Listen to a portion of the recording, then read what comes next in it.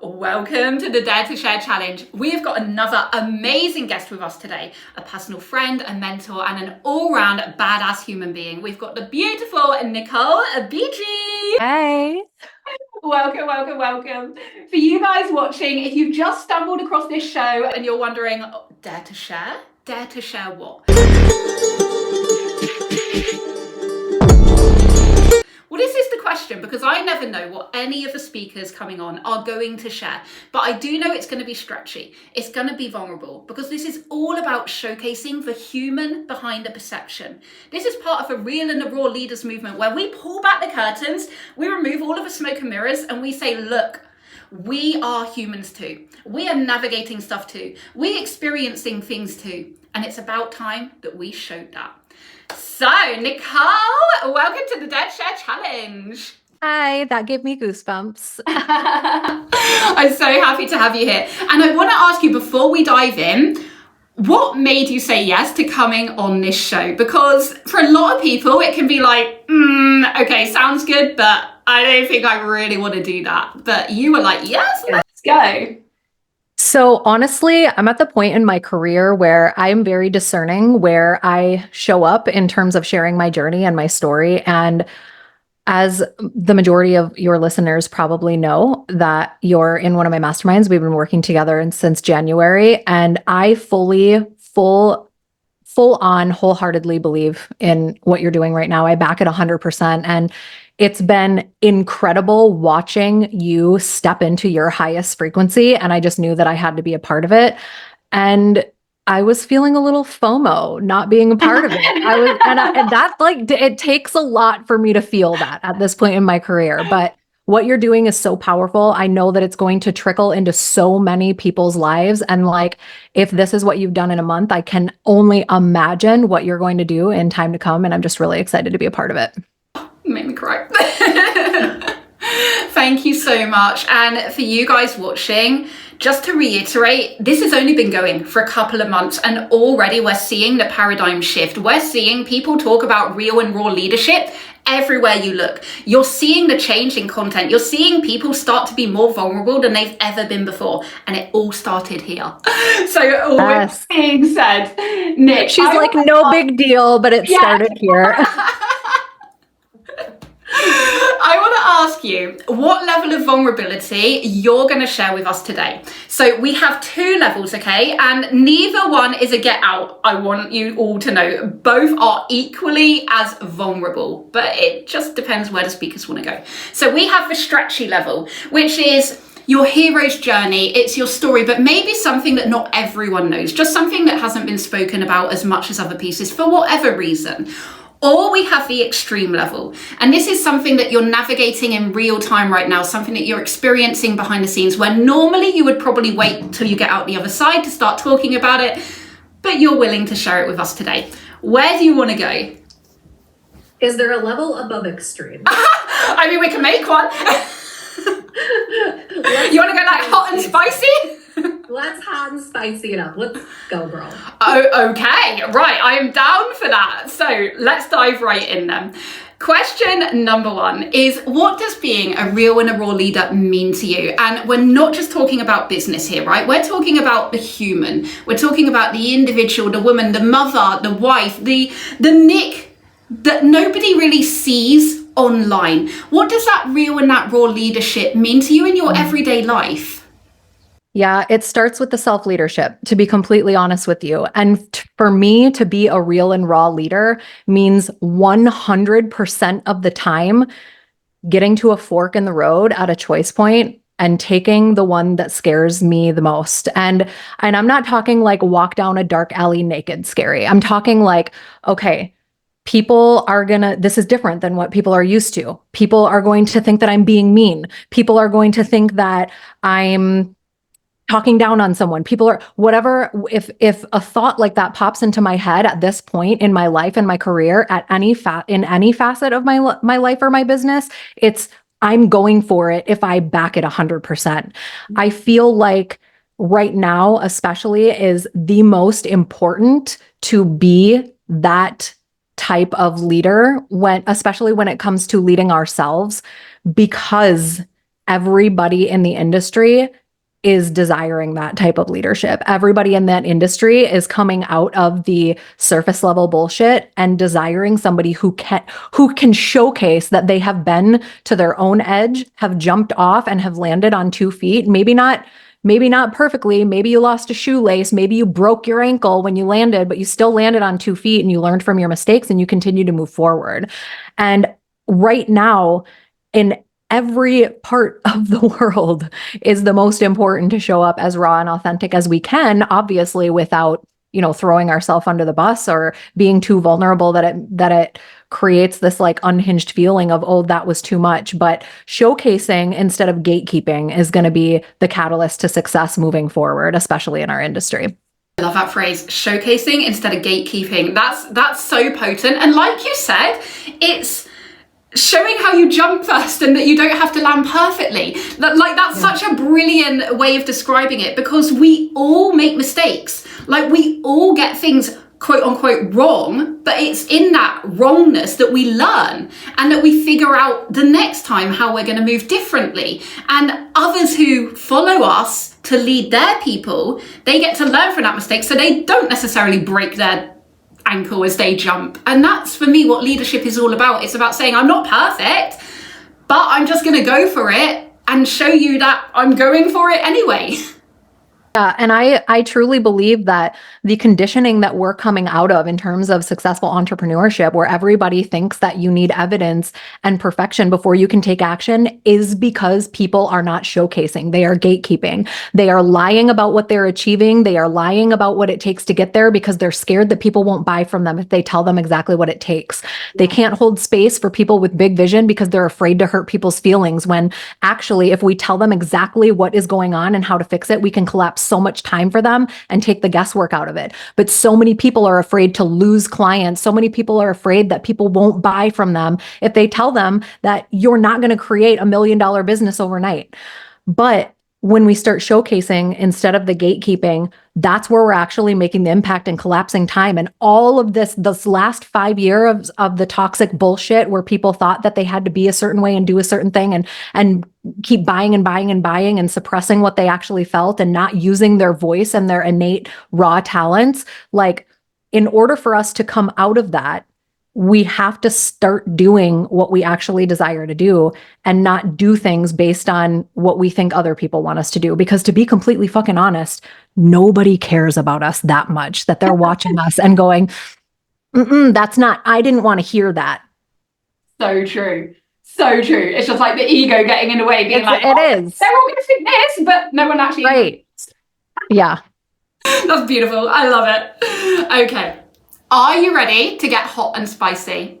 Let's do it. Let's do it. So, for you guys watching, I have no idea what Nicole is going to share with us today. I never give any of the speakers any guidance over what it can be. Everything is on the table. They get to go first and showcase their own real and raw leadership, so that you realize when you're experiencing things behind the scenes, you are not alone. You're human, they're human, we're all human. That being said, Nicole Beegee, what are you willing to dare to share with us all today? What do you want to know? Something hot and spicy. Okay. Well, you had mentioned something earlier about the extreme, about something that I'm going through right now. Mm-hmm. So one of the things that has happened over the summer is my business took the fuck off and like almost left me. Okay. So I'm like, all right. In March, January to March, I had this incredible shift happen in my business. And I actually experienced my first 6-figure day, which was unexpected. It was very scary. It was like, oh my gosh, I found myself like a few weeks after that, I found myself in a place of like, can I do that again? What if I don't do that again? What if that's what if that's the only thing that it did? And then I was like, fuck this. Like, I had no interest in being a part of traditional coaching anymore.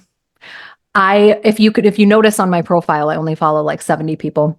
I like rid of my mentors and really got clear on what I desired to do and what skill sets I wanted to tap into. And I said, okay, what do I desire more in my life? And I'm like, more money, more space, and more aligned clients, because we're not even scratching the surface on what Femme Wealth Engineer is going to do. Okay. But I'm like shaking because I haven't talked about this yet. So I tapped into automated marketing. I tapped into ads, and if you would have told me the shit and the mud that I would have been dragged through, like, it's true. I would have not done it. Like, if the people who market ads would have told me, you are just going to wake up with extreme anxiety in the middle of the night and tell your husband that you can't do this anymore and that you're moving to Bali after you divorce him, like, I wouldn't have bought, but I did. And what happened was, it not only strengthened who I was, it strengthened my relationship with my husband, because I was actually open enough to lean into support. And I actually was willing enough to put my pride away and tell him what I needed as I was navigating this. And also told him, and I've told him this before with my investments, but this time I was like, I think I bit off more than I can chew, because I'm having like an influx of clients and I'm having to hold more space. And like, how do I do this? What if I'm not meant for this? What if I can't hold this? What if they don't like me? I had several very high level mentors who actually used to mentor me come into my space recently. And it terrified me at first. And honestly, the support, I didn't even know that my husband could support me in that way, because in the past I wouldn't lean into that support. I would be too prideful. I would be like, this isn't his burden, right? This isn't his shit. Like, I'm the fucking queen here. Yeah, I need to continue to be the queen and not be like, oh, I need you. But it's what I did. And to be completely honest, I took my bucket. We're just going to talk about it. So my business scaled from a 6-figure months to multiple 6-figure months in a matter of like 2 months. And it was an influx of clients. It was an influx of leads and messages and emails, and also an influx of hate and backlash and things that come with the territory, people, trying to get me to believe the stories that they came up with because they are out of integrity, tried to devalue my work because they no longer wanted to pay something that they committed to. And you know what? I didn't give a flying fuck if they were going to like me or not. I held my standards and I did what I needed to do in terms of business practices and proceeding with legal action if I needed to do that. And that was the hardest thing for me, because I've never been in that position where I've had to do that to the extreme that I've had to do it this summer. But I'm grateful that I had the mentorship of somebody who has been there before that could guide me through that and say, you know what, with this success is going to come with people who are going to try to bring you down to the fucking ground because you are all of a sudden out of integrity because they decide they don't want to pay anymore, or you're out of integrity because you're holding them to a standard that they knew that they were committing to. And so for me, it's like, I don't talk about this enough. So thank you for this challenge, because it's a very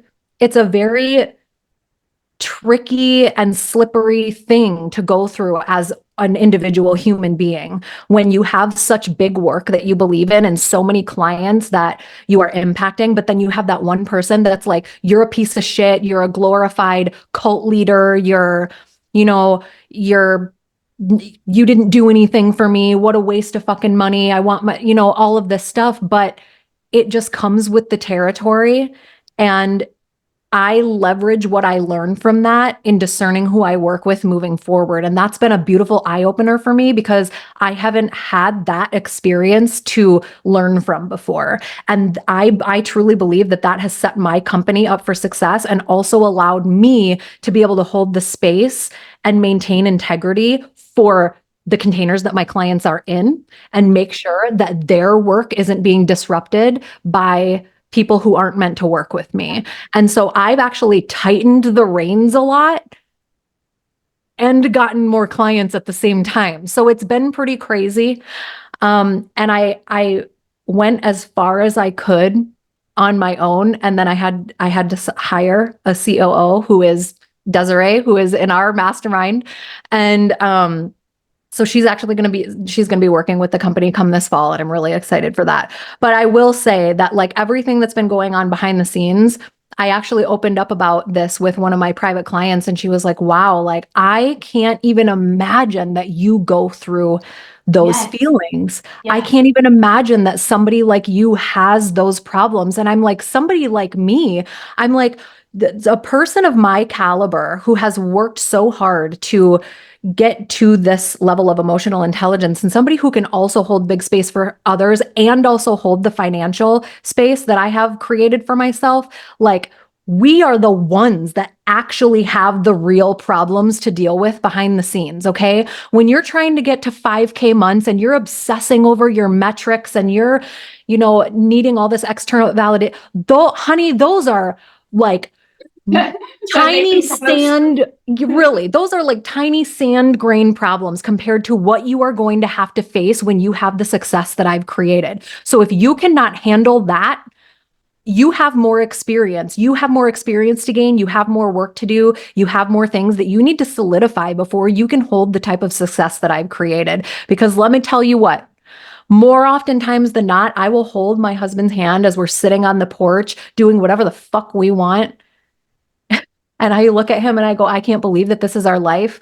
But also behind the scenes is feeling like this is the end, feeling like I've created the level of success that I'm meant to create, feeling like I'm not good enough, feeling like I'm not a good enough mother and not a good enough wife and not a good enough friend, and I don't show up enough, and that am I really helping people? Are they just, am I too expensive? All of these things that we question, that shit doesn't go away. It just gets easier to navigate. And as I lead myself through that, I can collapse that time. And it's like where it used to take me 4 days to work through that, it takes me about an hour now. So the majority of my time, I am in awe of my life. I am in awe that I've created this for myself. But let me tell you what, the problems and the limiting beliefs and the doubt and the condensing of air that I experience as a self-made millionaire, if you can't hold the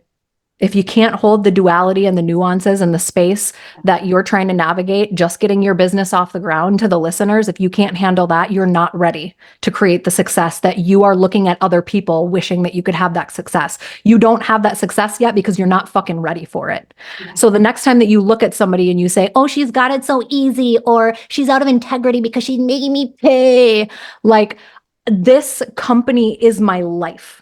It is my legacy. It is my big life's work. And you know what? I've done this work in past lives and I will do it in future lives. So before you devalue my work because you can't hold your own fucking space, back that ass up. Okay? You're probably not seeing the level of success that you desire because you're not ready for it yet. And I just said everything that everybody else wants to fucking say, but we're too scared to hurt your feelings or not get your business. At this point in my career, I don't give a shit. If you're not ready, you're not ready. And when you are ready, I'll be here and won't have to say all that shit to you. Oh my God. Amen. I was like, Nick just brought us all to church, right? Like, I'm going to have to play that Hosier song now on this one. I know. Please introduce me with some like just trap or something, like Amsterdam trap. Honestly though, everything that you just said, like, I have tears in my eyes because you just said, you said it as well. You said everything that everyone is thinking, but 99.9% of people are too scared to say. And that's what this challenge is all about. It's about daring to share the truth, our own realness, our own rawness, our own experiences that we are having, that we are living, that we are breathing, that we are experiencing daily. Because this is the stuff that you guys don't see online, but this is the stuff that is reality, that we're all having behind the scenes. And that's why it's so important that we draw back that curtain and we show you so that you know you're not alone, because these leaders, these speakers are telling you they experience it too. Nick just told you. She has fear, she has doubt, she has worries that she's reached her heights, and then they go. and she leads herself through it, and she continues to grow, she continues to evolve, she continues to expand and reach new heights that she's never had before, but she does it scared because there's no other way. Would you agree? Absolutely. Absolutely. And I was just having this conversation this morning on a podcast, is like, from the get-go, I have never taken action based on perfection or evidence, ever, in my entire life, until I entered this corner of the industry that everybody is so obsessed with that I no longer want to be a part of. And I had never experienced questioning myself or not taking action or trying to perfect things. And there is no evidence until we take action. Yeah. There is no evidence. Everybody wants to generate this evidence that is not available to you until you take action. Everybody wants to reach this level of perfectionism and mastery that isn't available to you until you take action. Yeah. We can't just play the game and expect to master it if we're not running to first base because we're scared to get tapped out. Yeah. Yeah. It's like you have to go through that messy middle to get to the mastery. Like you can't shortcut it. You have to learn the experiences along the way. Exactly. Like say that you have a pool, right? And there's one end of the pool is 2 feet and one end of the pool is 8 feet. And the 8 feet is meant for the diving board. Well, you can't just hope to be able to dive one day if you still haven't learned how to swim, but you can't get on the diving board because you can't swim in 8 feet of water. So you sit in the 2 feet of water just hoping that one day God will give you fins, and it doesn't fucking work that way. If you're not open to taking the action, God and the universe ain't giving you shit. Yeah, yeah. You've got a doggy paddle before you can learn to breaststroke, right? Yeah. Exactly. 100%. Oh my God, Nick, this was incredible. This was such a powerful dare to share. Your vulnerability that you've shared with us, I absolutely commend you for. I'm so appreciative that you went that deep with us all. You don't have to, no one has to. And I always really, really appreciate it when the leaders that come onto this stage really push that edge and they go that bit further, because that's what this is all about to me and to you guys watching. So thank you so much for showcasing your own real and raw leadership, your courage, your conviction, your confidence in yourself, and your vulnerability with us all today. Yes, thank you so much for having me, Claire. You are just such an extraordinary human. I'm happy to be a part of it. Thank you so much. And before we go, please tell everyone where they can get into your world. Literally Instagram. Instagram, you can find me, FemWealth Engineer, or you can find me at Rich and Flow. Amazing. Thank you so much, Nick. And for you guys watching, I'll see you next time for the Dare to Share Challenge. Bye.